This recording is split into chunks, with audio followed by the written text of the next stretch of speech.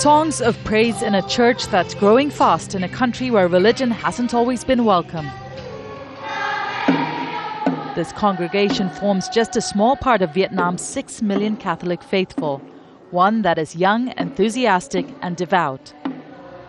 24-year-old Hoang is typical of many of today's worshippers. People should not just pursue the material life.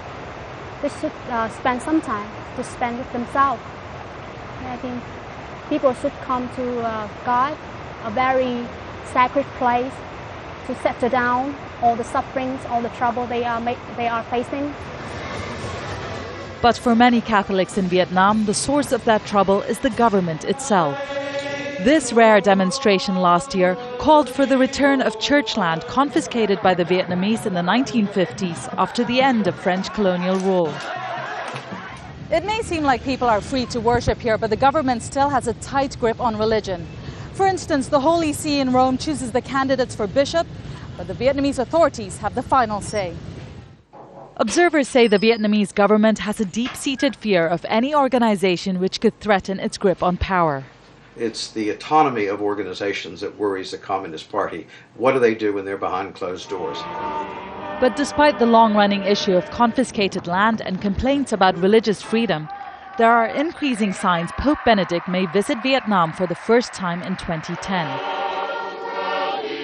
And with a papal visit, the start of diplomatic relations.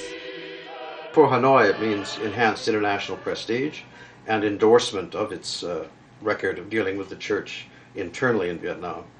For the Catholic Church, it means that at least the Vatican can be used then to influence the Hanoi government to lessen up on its repression.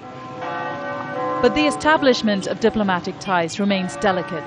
The government wouldn't talk to Al Jazeera, merely referring us to a joint communiqué issued by the Holy See and the Vietnam government, which emphasized the country's commitment to religious freedom. There's little doubt a papal visit to Vietnam would be widely welcomed. For Hoang, a lifetime ambition fulfilled. Divya, Gopalan, Al Jazeera, Ho Chi Minh City, Vietnam.